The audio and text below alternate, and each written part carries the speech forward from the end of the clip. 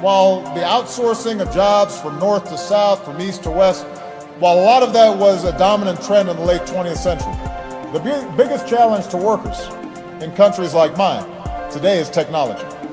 And the biggest challenge for your new president, when we think about how we're going to employ more people here, is going to be also technology, because artificial intelligence is here and it is accelerating. And you're going to have driverless cars, and you're going to have more and more automated services. And that's going to make the job of giving everybody work that is meaningful tougher. And we're going to have to be more imaginative. And the pace of change is going to require us to do more fundamental reimagining of our social and political arrangements to protect the economic security and the dignity that comes with a job. It's not just money that a job provides. It provides dignity and structure and a sense of place and a sense of purpose. And so we're going to have to consider new ways of thinking about these problems, like a universal income, review of our work week, how we retrain our young people, how we make everybody an entrepreneur at some level. But we're going to have to worry about economics if we want to get democracy back on track. Oh, I dream of these people every night. The only thing I worry about is that some total unknown that nobody ever heard of comes along.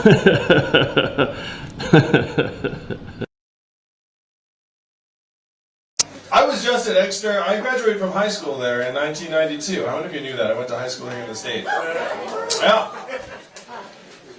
Yeah, and I went back and spoke at Exeter, and I was honest. I said, I haven't been back here since I graduated because I didn't really enjoy it here. And then the student body erupted in applause, and I was like, oh, that wasn't my intended reaction. Guess things haven't changed that much in many ways. So I graduated from high school here in New Hampshire. I went to college in nearby Rhode Island. I then became an unhappy lawyer in New York City for 5 whole months, and I left there to start a business. How many of you all have started a business or organization or a club or a mailing list? I love entrepreneurs so much. Entrepreneurs make the world go round, and if you had your hand up or you clapped just now, you know a couple things. Number one, you know starting something is much harder than anyone lets on, am I right? And number two, when someone asks you how it's going, what do you say? Great. It always is going great. My business went great until it failed. My parents told people I was still a lawyer. But I was bitten by the bug, and I started working at another company, and then another, and then I joined a company, became its CEO, and that company grew to become #1 in the U.S. and was bought by a bigger company in 2009. Now, how many of you were here in New Hampshire in 2009, 10 years ago? This was the financial crisis. How was that period here in Manchester? Not so good. You know, I was in Derry a little bit earlier today, and I asked how the financial crisis was for people, and this 14-year-old raised his hand and said it was not good at all. And then I said, you must have been 4 years old, like how do you remember it? And then he said my family had to sell their house and move. And then I said, yeah, you would remember that. That's the kind of thing that leaves an impact. So I saw the financial crisis unfolding, and unfortunately I had this sinking feeling as to how our economy had collapsed. It had collapsed in part because a lot of the wannabe whiz kids I'd gone to Exeter and Brown and Columbia with had gone straight to Wall Street and come up with these derivatives and mortgage-backed securities and financial instruments that help crash the economy. So I thought, what a train wreck that is. What a disaster. We need to have people doing very different things, like starting businesses in Detroit, Cleveland, Providence, Birmingham, New Orleans. So I quit my job, and all credit to my wife on this, because we joke all the time that there was like a bait and switch. Because when I started dating her, I was a pretty normal guy. Certainly, she would have run the other direction if she thought I was ever going to run for president. I mean, I was not into dating conversations for that way. It's like, how do you feel about your spouse dropping everything? But I quit my job to start a nonprofit. How many of you all have worked in nonprofits? How many of you all have volunteered for a nonprofit? And you should really just have your hand up just to pretend on that one, because you sort of like, you know, it's like a signal you're a good person. So I quit my job and started a nonprofit. I donated some money. I started calling rich friends with a question, do you love America? And then the smart among them said, what does it mean if I say yes to this question? And I said a check for this amount. Raised some money and started recruiting young people who wanted to learn how to build businesses around the country. Did that for 7 years. Ran that organization. Started out with a couple $100,000, grew to the millions. Eventually helped create, now it's about 4,000 jobs and counting in 15 different cities. Oh, how many of you, we had your hand up before that you were in New Hampshire 10 years ago. How many of you grew up in New England? Let's try that. Midwest, anyone? Wow, look at that. South? West Coast?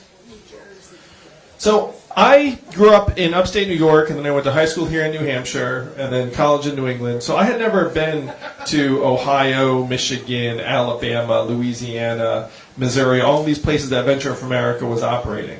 And I was stunned by the gulf between some regions and others, where if you go between St. Louis and San Francisco, or Michigan and Manhattan, you feel like you're crossing dimensions and decades and ways of life, and not just a few time zones. So I was absorbing this, and I had this sinking feeling. So I got all this recognition for starting Venture for America. I got invited to the White House to meet the president. I got to bring my wife to meet the president, so my in-laws were very excited about me for a week. They were like, oh, she did all right. Check it out. And so I was getting clapped on the back for helping create thousands of jobs, and I'm very, very proud. But at the same time, because of my travels, I had this sinking feeling that I was pouring water into a bathtub that had a giant hole ripped in the bottom of it, and that things were getting worse, not better, in much of the country. And then Donald Trump became our president in 2016. How did you all react to his becoming our president? Sadness, groans, disbelief, shock. Well, we all have friends and family members and neighbors who celebrated his victory. To me, there was a giant stop sign, a red flag, where tens of millions of our fellow Americans thought that taking a bet on the narcissist reality TV star was the right way to go. That's not business as usual. That's stop what you're doing and dig in and figure it out. If you turn on cable news today, why would you think that he won? Why would you think that Donald Trump's our president today? Russia.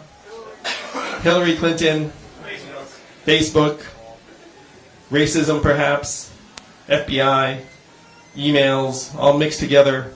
But I'm a numbers guy, Manchester, and there's an explanation to the numbers that I found to be completely compelling. We automated away 4 million manufacturing jobs over the last number of years, and where were those jobs? Ohio, Michigan, Pennsylvania, Wisconsin, Iowa, all of the swing states that Donald Trump needed to win and did win. Something very similar happened right here in New Hampshire, but it happened earlier, where you all lost over 12,000 manufacturing jobs, primarily in the northern part of New Hampshire. And if you go to those towns never recovered. After the plant closed, the shopping center closed, people started leaving the town, the schools started to shrink. The same thing played out in Michigan, Ohio, Western Pennsylvania. And unfortunately, what happened to those jobs is not stopping there. How many of you have noticed stores closing where you live here in New Hampshire? And why are those stores closing? Amazon, that's right. Amazon's soaking up $20 billion in business every single year. How much did Amazon pay in taxes last year? Zero. That is the math. 20 billion out, zero back in. 30% of America's stores and malls are closing as we speak. And the most common job in much of the country is retail clerk. Average retail clerk's a 39-year-old woman making between $9 and $10 an hour. So we started with these manufacturing jobs. We get rid of 4 million of them. And if you doubt that got Donald Trump into office, there's actually a straight line up between the adoption of industrial automation in a voting area and the movement towards Trump in that area. It's like a straight line up in each of these voting areas. And what we did to those jobs, we're now doing to the retail jobs, the call center jobs, the fast food jobs, eventually the truck driving jobs. So what do I mean by all that? When you all call the customer service line of a company right now and you get the software, the bot, you do the same thing I do, which is you pound 000, say human, human, human, till you get someone on the line, right? Right? Raise your hand if that's what you do. You're just like, yeah, let's go in and say, yeah, that's everyone. Because the software is miserable. But in 2 or 3 short years, the software is going to sound like this. Hey, Andrew, how's it going? What can I do for you? It'll be fast, efficient, delightful. You might not even know it's software. What is that going to mean for the 2.5 million Americans who work in call centers right now making $14 an hour? How many of you have seen a self-serve kiosk at a McDonald's or fast food chain? McDonald's says they'll be in every location in the country by 2021. That's 2 years from now. I guess it's 1 year and 4 hours from now.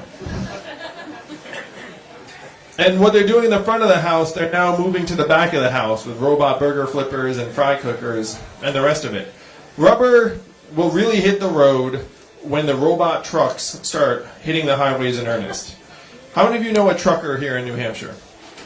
It's the most common job in 29 states. There are 3.5 million truck drivers. And my friends in California are working very hard on trucks that can drive themselves. If you doubt that this is real, a truck just went from California to Pennsylvania and delivered 20 tons of butter with no human intervention. Why 20 tons of butter? I have no idea. But if you Google robot butter truck, this is what comes up. This is literally 2 weeks ago. What will the robot trucks mean for the 3.5 million truckers or the 7 million Americans who work in truck stops, motels, and diners that rely upon the truckers getting out and having a meal? Almost 10% of the jobs in the state of Nebraska support trucking. What happens when the trucks don't stop anymore? This set of changes is the greatest economic transformation in our country's history, what experts are calling the Fourth Industrial Revolution. When is the last time you heard a politician say the words Fourth Industrial Revolution? Just now. And I'm barely a politician, New Hampshire. You don't hate me for it. Oh, that was a good reason for that. So, I looked at all these changes in early 2017, and I went to our leaders in D.C., because my first move was not to run for President of the United States. And now again, I'm married. So I went to our leaders in D.C., and I said to them, what are we going to do to help our people manage this transition? And what do you think the folks in D.C. said to me when I said, what are we going to do? I don't know. They said, number 1, we cannot talk about that, Andrew. Number 2, we should study that. Number 3, we should educate and retrain all Americans for the jobs of the future. Now that one sounds pretty good, but I looked at the studies. You all want to guess how effective the government-funded retraining programs were for the manufacturing workers who lost their jobs? I'm anchoring you low because it's very low. It was 0 to 15%. They're a total dud. The fact is, half of the manufacturing workers in the Midwest who lost their jobs never worked again. And of that group, half filed for disability. You then saw surges in suicides and drug overdoses in those communities to the point where our life expectancy has now declined for the last 3 years in a row because suicides and drug overdoses have each overtaken vehicle deaths as causes of death in the U.S. And I know right here in New Hampshire is one of the epicenters of the opiate epidemic that many of you have been touched by. It is not just you. 8 Americans die of drugs every hour now. You all want to know the last time American life expectancy declined for 3 years in a row? The Spanish flu of 1918. Global pandemic that killed millions 100 years ago. You have to go that far back. It's highly unusual for a developed country to ever have its life expectancy go down. It ordinarily just goes up in one direction because you're getting richer, stronger, healthier. In America, it went down and then down and then down again. Almost unprecedented. So when I said, look, retraining doesn't work to the folks in D.C., they said, well, I guess we'll get better at it. And one person said something that brought me here to you all tonight. He said, Andrew, you're in the wrong town. No one here in D.C. will do anything about this. Because fundamentally, this is a town of followers, not leaders. And the only way we will do anything about it is if you were to create a wave in other parts of the country and bring that wave crashing down on our heads.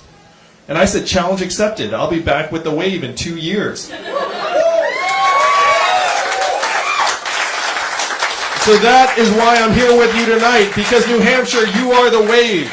You are the wave that's going to remake our economy to work for us, to work for you, to work for our families, to work for our people.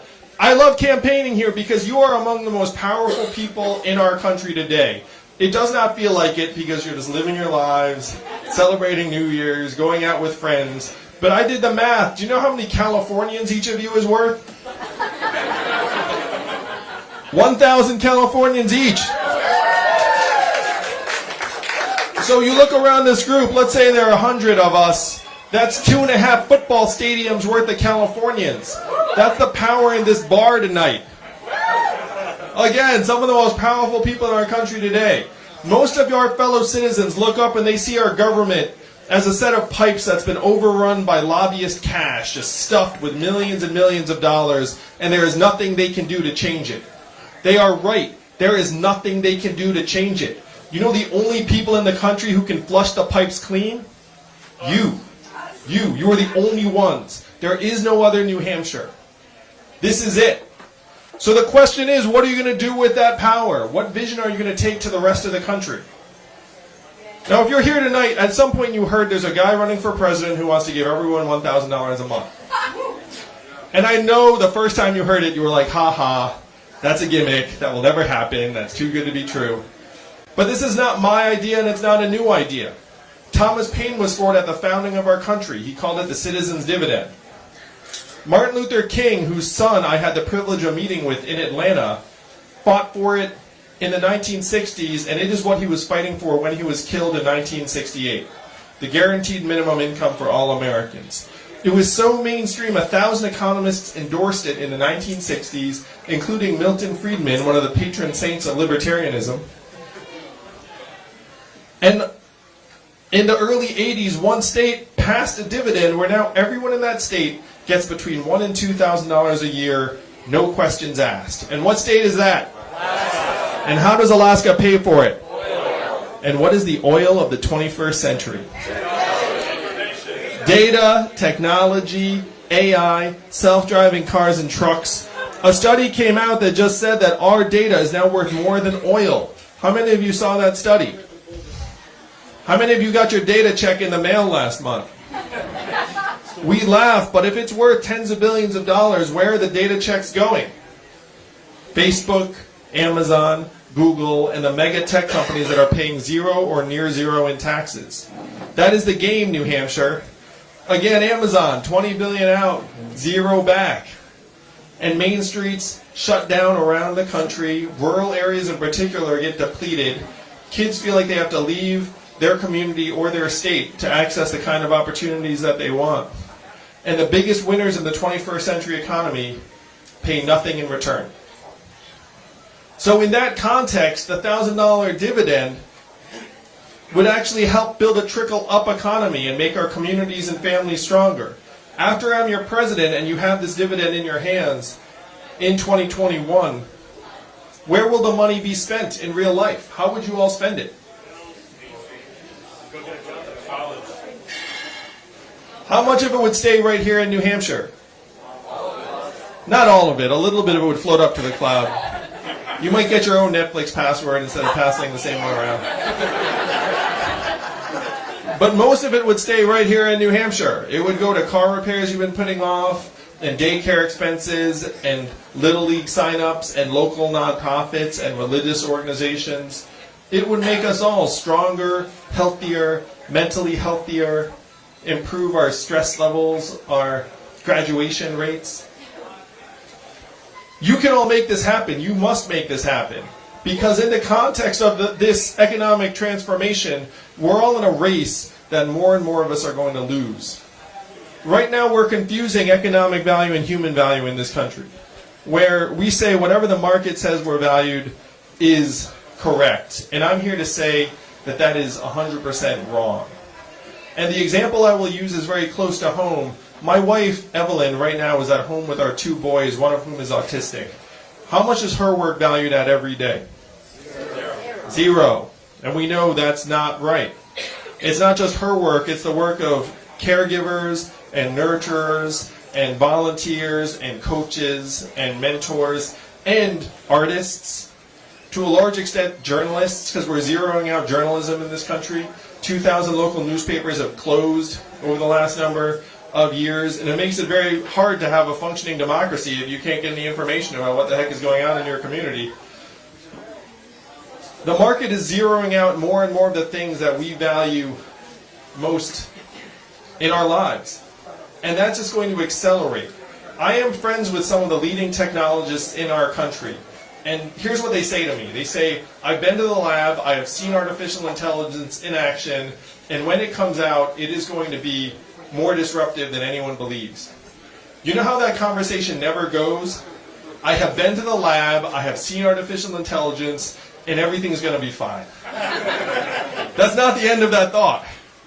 I spoke to 70 CEOs in New York City, and I asked them, how many of you are looking at replacing your back office clerical workers with artificial intelligence and software? Guess how many hands went up out of 70? All 70, that's right.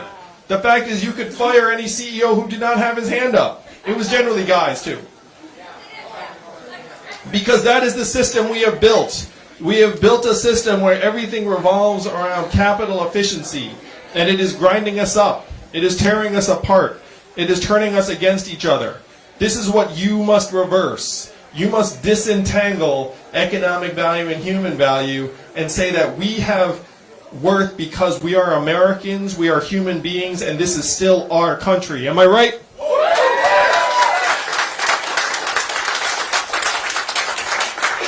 I'm not running for president because I fantasized about being president. The truth is I don't like DC. I'm running for president because, like many of you here tonight, I'm a parent and a patriot. I have seen the future that lies ahead for our kids, and it is not something I'm willing to accept. You should not accept it either, New Hampshire. And you are the only people who can change it.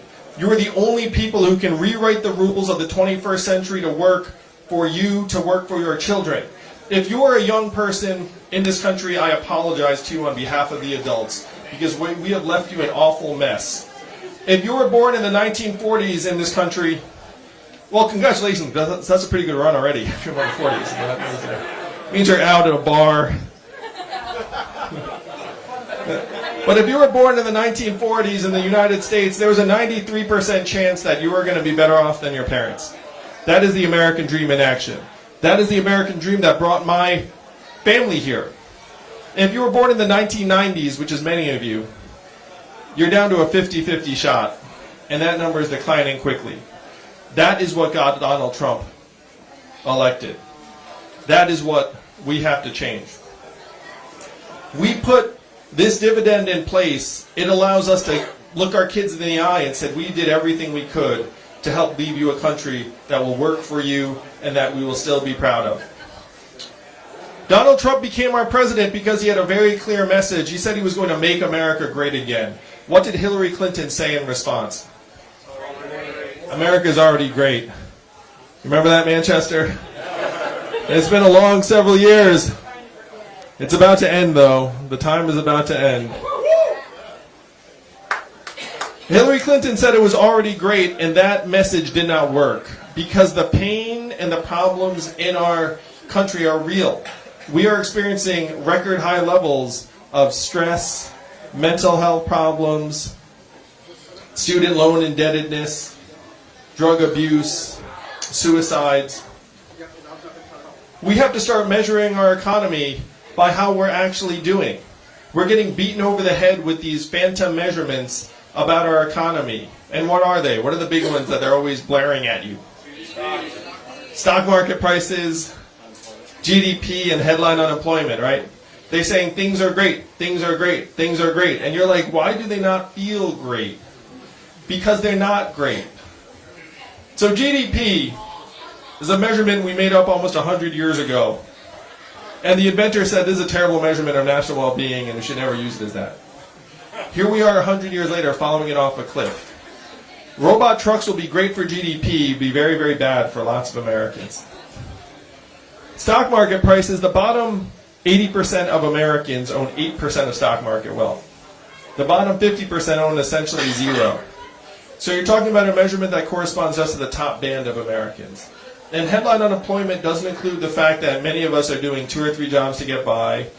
Majority of new jobs are temp jobs that don't have benefits. If you are a college graduate, there's a 40% chance that you're doing a job that does not require a degree. If you drop out of the workforce, you don't count anymore in the unemployment stats. How many of you run a business or organization again? Imagine if you had the wrong measurements for that organization. How's it going to do over time? That is where we are as a country right now. That is why we can't even understand the problems. We should be measuring our economy based upon our wellness and life expectancy, our mental health and freedom from substance abuse, clean air and clean water, how our kids are doing. If we had these as the measurements, we would see what the real problems are and work to solve them. We would see we're in a mental health recession, a wellness recession, that the problems are real. The problems are real, but Donald Trump's solutions were not what we need. What were his solutions? Build a wall, turn the clock back, bring the oil jobs back. New Hampshire, you know we have to do the opposite of these things. We have to turn the clock forward. We have to accelerate our economy and society as quickly as possible to rise to the real challenges of this time. We have to evolve in the way we think about ourselves and our work and our value. And I am the ideal candidate for this job because the opposite of Donald Trump is an Asian man who likes math. Thank you all very much. Thank you. Many of you don't know this, but